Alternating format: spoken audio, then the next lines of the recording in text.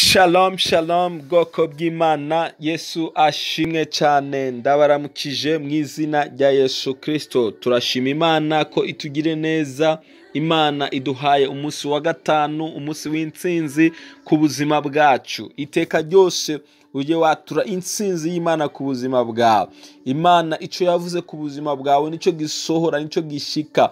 Igihe cyose ukizeye ukagihagararamo ukakigenderamwo, ubona gutsinda kw'Imana mu buzima bwawe, ukabona imbaraga z'Imana ku buzima bwawe. Uyu munsi rero ndatura ku buzima bwawe kugira ngo uze guhura n'imbaraga z'Imana, imbaraga ziguha gutsinda, imbaraga ziguha kunesha, imbaraga zikwinjiza mu mugisha wawe, imbaraga zikwinjiza ahakwiriye. Uyu munsi nuva mu rugo ugenda hirya no hino, ubone kugira neza kw'Imana mu buzima bwawe mu izina rya Yesu Kristo. Imana ibagire neza bwoko bw'Imana. Ndabahaye ikaze rero muri morning prayer, ni isengesho ryo mu gitondo. Mbere yo kuva mu rugo ukwiye gusenga, ukwiye gusoma Bibiliya, ukwiye kumva icyo Imana ivugana nawe, ukaramya Imana, ukavuga gukomera kw'Imana. Imana iba yakurinze, Imana iba yakugire neza, kabiguhaye undi munsi mushasha utazongera kubona ukundi. Imana rero bagire neza. Muri iki cyumweru twagize ibihe byiza byo kwiga ibintu bitandukanye bishobora kudufasha kugira ngo tubashe kuramya Imana neza. Ndizera ko mwahawe umugisha kandi mukomeje guhabwa umugisha ku by'Imana yakomeje kutuganiriza. Uyu munsi rero wa gatanu turaza gusoza iki cyumweru cyacu tuvuga ikindi kintu cyadufasha kugira ngo tubashe kuramya Imana neza. Yesu ashimwe cyane. Icyanyuma tugiye kuvuga kiravuga ngo kuzura umwuka w'Imana, kuzura umwuka wera, kuzura mwemu yera muri wewe. Ni ikintu gikomeye cyane mu buzima bwawe cyatumya ubasha kuramya Imana neza kandi ukayiramya uko bikwiriye. Mwibuke ijambo ry'Imana riratwereka ko Imana ni umwuka, Imana ni mwemu. Iyo usomye ijambo ry'Imana mu gitabo cya Yohana igice cya 4, niryo jambo tugiye gusoma uyu munsi, naryo turi busengeremwo. Yohana igice cya 4 umurongo wa 23 cyangwa se 23. Dufite Bibiliya y'icyongereza nigiye kudufasha muri kino gitondo kugira ngo tubashe kubitahura neza. Iravuga ngo but the hour comes and now is when the true worshippers shall worship the Father in spirit and in truth. Hano baravugamo ikintu gikomeye cyane ngo the true worshippers, abaramyi b'ukuri, ubwo bagomba kuramya Imana Data in the spirit and in truth. Bagomba kuramya Imana mu mwuka, bakayiramya no mu kuri. Yesu ashimwe cyane. Imana iri gushakisha abantu bashobora kuyiramya mu kuri, bakayiramya no mu mwuka. Kubera iki? Kubera ko hari abantu bashobora kubaramya Imana ariko bakaba batayiramya mu kuri no mu mwuka. Ariko Imana irifuza ko tuyiramya mu kuri no mu mwuka. Umurongo wa 24 Bibiliya avuga ngo God is a spirit. Hallelujah. And they who worship him must worship him in spirit and in truth. Yes, ashimwe cyane.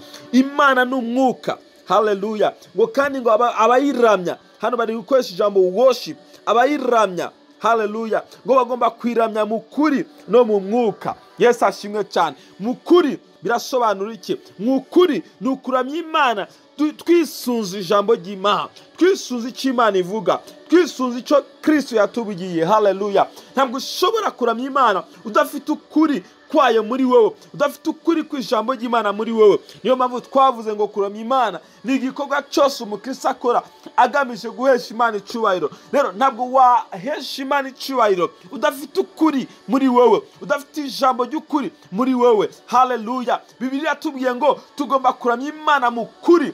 Hallelujah. Kiri gitondo cyo kongera kugaruka ku kuri kw'ijambo ry'Imana, ku kuri kw'icyo Imana ivuga. Hallelujah. Kugira ngo ubashe kuramya Imana neza. Ikindi Bibiliya yatubwiye ngo those who worship must worship in the spirit. Hallelujah. Tugomba kuramya Imana turi mu mwuka wera, twuzuye imbaraga z'umwuka wera. Mwuka wera ari muri twebwe. Kubera iki? Kubera ko Bibiliya yatubwiye ngo Imana, God is a spirit. Imana ni umwuka. Hallelujah. Ntabwo ushobora kuramya Imana uri mu mubiri. Ntabwo ushobora kuramya Imana utuzuye umwuka w'Imana mu buzima bwawe. Nagira ngo waze muri kino gitondo, ese waba waruzuye imbaraga z'umwuka w'Imana? Waba waruzuye mwemu yera mu buzima bwawe? Umwuka w'Imana ari muri wowe. Kubera ko iyo umuntu yuzuye umwuka w'Imana, kuramya kwe gutanga ubuzima, kuramya kwe kugira icyo guhindura, kuramya kwe kuzana umunezero, kuramya kwe gukora ibitangaza. Igihe kirageze kandi kirasohoye, ni kino nyene icyo Bibiliya yatubwiye ngo kirasohoye. Bahabaramya Imana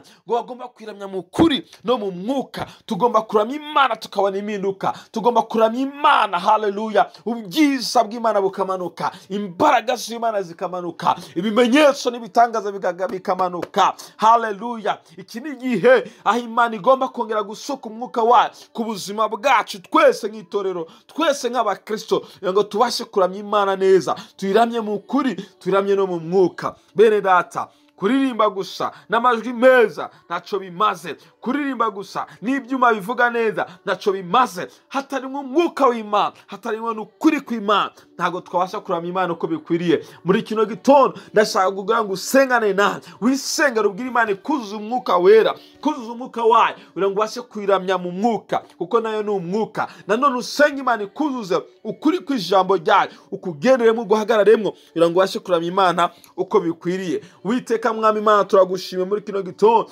urakoze Mwami kutugire neza, haleluya, haleluya. Urakoze Papa, urakoze umwuka wera watanze kugira ngo adushoboze kukuramya uko bikwiriye. Mwami, ndasengera mwene data reka aranyumva, reka umwuzuze umwuka wawe muri uyu mwanya, reka imbaraga z'umwuka wera zimusange, zimugote mu izina rya Yesu Kristo. Ukuramya kwe Mwami guhinduke kubukuramya kw'imbaraga, kubukuramya kuzemo umwuka, kuzemo n'ukuri kw'ijambo ryawe. Urakoze Papa kutugire neza, ubane n'ubwoko bwawe uyu munsi, ni weekend yose tugiye kubamwo, uzabane natwe tugire neza, uzongere kudubiye byiza byo gusenga muri morning prayer. Umugisha wawe ku bana bawe no kubadukurikirana hirya no hino ku isi, mu izina rya Yesu Kristo, amen. Uwiteka abagire neza, mugire umunsi mwiza, mwarahezagiwe. Shalom, shalom.